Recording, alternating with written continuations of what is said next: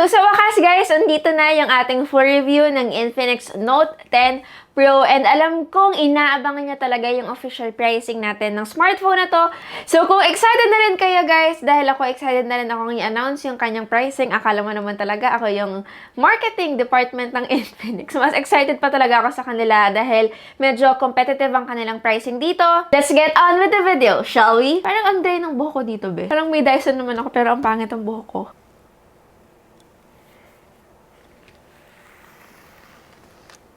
Hey guys, it's your Tucker Mary and welcome back to my channel. O, di ba? Nag-straight bigla yung buhok natin.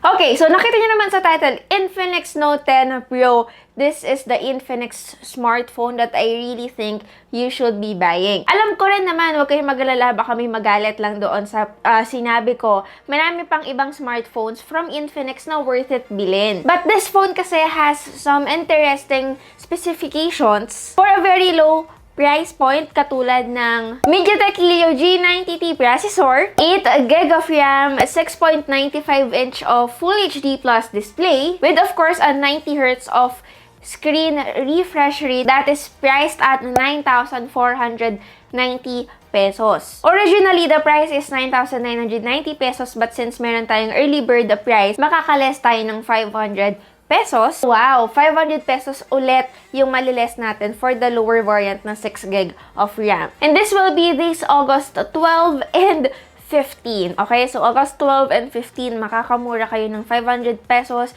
which is not bad kasi guys, malaking halaga na ang 500 pesos. Pwede na kayo makabili ng mga accessories para sa bago niyong phone, or kaya naman ng wireless earphones dahil yung laman ng box ko mapapanood nyo sa ating unboxing. Kompleto naman na meron tayong tempered glass, may charger, may cord, at may jelly case naman na din.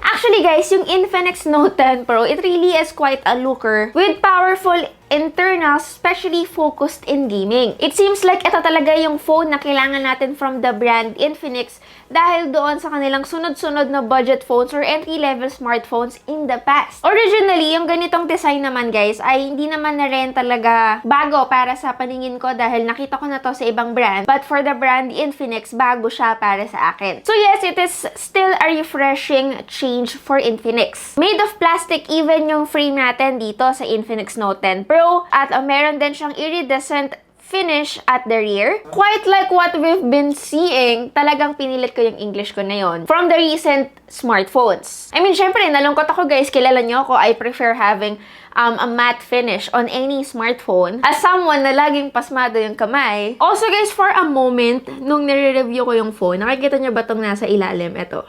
Ayan. I thought at first para siyang sticker. Tinatry ko talaga siyang alisin pero hindi. It's some sort of design para lang din medyo angat tignan yung ating rear cameras. Meron siyang parang optical illusion guys. Tapos ang nakalagay sa kanya ay AI quad 64 megapixels. Also in terms of sizing, lalo na sa mga mahihilig sa mga malalaking smartphone dyan, it really is a phone that is not capable to use guys ng isang kamay lang. Kahit na si Jason guys na may malaking kamay, hindi niya rin kayang i-reach yung top part ng display ng smartphone na to. Which is making it harder for me guys na ilagay siya sa pants. And kung kayo yung tipo ng tao na mahilig maglagay sa bulsa ng mga smartphone nila, hindi nyo yun magagawa sa Infinix Note 10 Pro. So yes, it really is one of the tallest smartphone na nahawakan ko rin guys sa lahat ng mga review smartphones na meron ako. So overall guys, ang build quality niya for me is excellent even if it is not as dense, sleek, or metal as compared to other popular higher-end smartphones. Yun nga lang guys, ang glossy plastic back niya, it really attracts fingerprints and scratches more often than not. Na-mention ko ba, nakalimutan ko yata guys, na yung Infinix Note 10 Pro exclusive siya sa Lazada. Okay? So, I'll be putting na lang the Lazada link down below para hindi tayo maligaw sa mga hindi naman official Infinix na Lazmall. Now, what about connectivity? Meron siyang USB-C port and of course, ang importante sa mga budget phones natin ay yung 3.5mm audio jack. Now, on the right part naman, nandito yung ating fingerprint power button and yung ating volume rocker. And guys, okay naman yung power button na may fingerprint sensor na abot na siya ng kamay ko. Kasi ito ang problema sa mga malalaki ang phone. Mahirap abutin yung fingerprint sensor na kung saan dapat ay reachable siya. Pero for this phone na Infinix Note 10 Pro, walang problema. At isa pa, responsive naman siya most of the time. Yun nga lang, mas prefer kong gamitin ang face unlock. Pero again, hindi siya as secured unlike fingerprint sensors. Now, for the SIM tray, 4G LTE ang pwede natin ilagay sa kanya. Dual SIM naman po siya and expandable via micro SD card. Ngayon, if big deal sa inyo ang pagkakaroon ng isang 5G ready na smartphone, hindi ko sigurado kung madidisappoint kayo dahil yung iba naman dito and probably yung mas nakakarami, hindi pa rin naman tayo yung sobrang eager to have a smartphone na 5G ready. Actually, curious ako, no? Ikaw na nanonood ngayon ng video ko, hindi ikaw, Jason. Ikaw, naghahanap ka na ba or priority mo ba or nasa top 3 mo ang 5G ready na feature sa isang smartphone? Let me know na lang guys in the comment section below.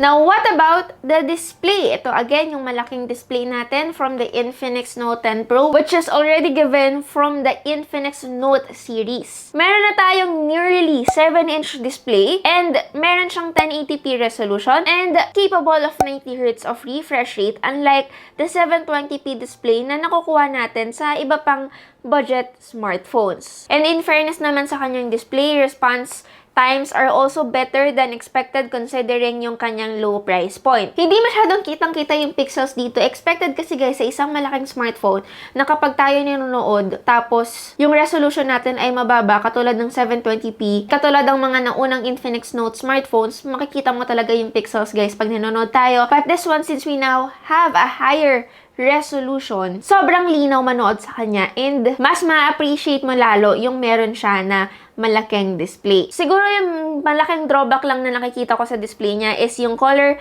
inaccuracy niya and yung limited maximum brightness. Even under studio lights guys, medyo struggle ng konti yung kanyang brightness. Maximum brightness ay aabot ng up to 480 nits. So yes, expect nyo na medyo mas dim ng konti yung ating smartphone, especially outdoors. Now, at the top center of the display, nandito yung ating big camera hole for selfies. And sa mga hindi makakapansin, accompanying the camera on the front is a front-facing flash that is placed next doon sa kanyang earpiece guys na hindi masyadong visible sa atin. Makikita nyo lang na may nag-e-exist na flash when you use, of course, the front camera. Now, let's talk about the performance, which is yung center mismo, ng center ng ating smartphone dahil again, it is focused on gaming. The smartphone is powered by the MediaTek Helio G90T SoC, which is again guys, this chipset is considered really great for gaming. It's not new, nakita na natin to guys sa mga previous gaming budget smartphones that we've seen. However, yung highlight kasi ng Infinix Note 10 Pro is the MediaTek Helio G90T paired with an 8GB of RAM, which will definitely help and enhance the performance of the phone. Okay guys, so I've used the phone for a couple of days and mostly ito yung mga basic stuff. And during my time with the Infinix Note 10 Pro, so far I didn't face any lag in performance. I could definitely switch from one application to another easily and did not even notice the phone to slow down. Katulad ng isang demanding game guys na Genshin Impact, it will run choppily on the default medium settings when battling enemies in the open world. So lowering yung settings natin guys will reduce the stuttering while improving frame rates to 30 to 40 FPS range. Actually, mataas yung naging score ng ating Antutu. Mas mataas pa kaysa sa mga smartphones na na-review natin in the past that is priced below 10,000 pesos. It's also good guys to see that the Helio G90T supports HD graphics sa PUBG and yung XOS 7.6 has built-in Dark Link Ultimate Gaming Booster na nakakatulong talaga guys and plays a vital role in smoothening every pro games katulad nga ng Asphalt 9, PUBG, and of course, Genshin. So yes guys, yung hours long indoor gaming sessions natin, it never gave me a reason to question yung kanyang processing ability. However guys, expect nyo na lang may konting heating issue. Not to the point naman na mapapaso kayo or mabibitawan nyo yung smartphone. But yeah, it does feel quite uncomfortable guys kapag lagpas 2 oras.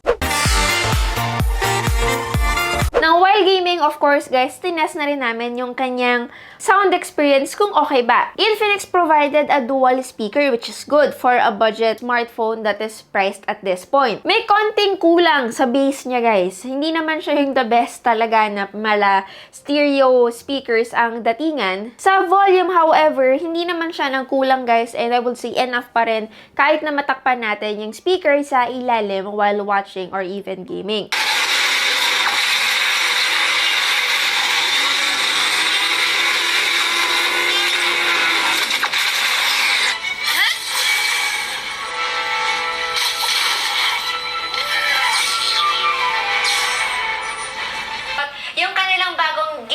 Budget phone, which is the Infinix Hot 10s. We all know naman, guys, na kapag sinabing hot, but still, guys, I still find it better kapag meron akong earphones na ginamit dito sa Infinix Note 10 Pro. Lalo na if wala naman itong Dolby Atmos or immersive sound quality. It also has the latest XOS based on Android 11. Now, ano yung mga bago? Well, actually, we still have yung usual. When we go to the drop-down notification, nandito yung ating Wi-Fi, mobile data, Bluetooth, vibrate, flashlight, switch data SIM card, airplane mode, ultra power mode, auto-rotate, dark theme, screenshot, peak proof, 100 mode. May WhatsApp mode din tayo, screen recording, screencast, game mode, theft alert, and live transcribe. Live transcribe, sobrang helpful nito, guys, especially if gusto nyo ng may record kayo ng, kunwari, nakikinig kayo sa isang movie or kaya naman YouTube video and gusto nyo ng actual text format na to or kaya naman you are taking down notes. Also, when we go to settings, tapos pupunta tayo sa display, sa screen refresh rate niya, gladly meron tayong auto switch refresh rate. Meron din tayong ultra touch na wala sa ibang smartphones. Yung swipe speed niya, pwede nating palitan to fast, ultra fast, and normal. And motion speed naman to fast or normal. May kids mode din yung ating Infinix Note 10 Pro that will enable us to put a lock, especially on certain applications na hindi natin din makikita sa iba pang budget phones.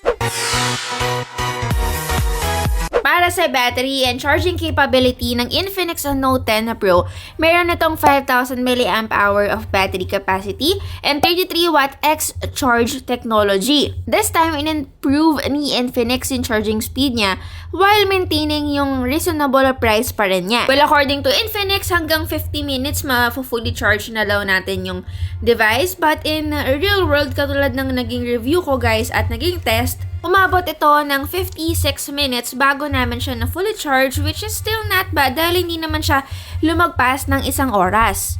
Dito wala akong naging problema. I do think it is a well-balanced combination.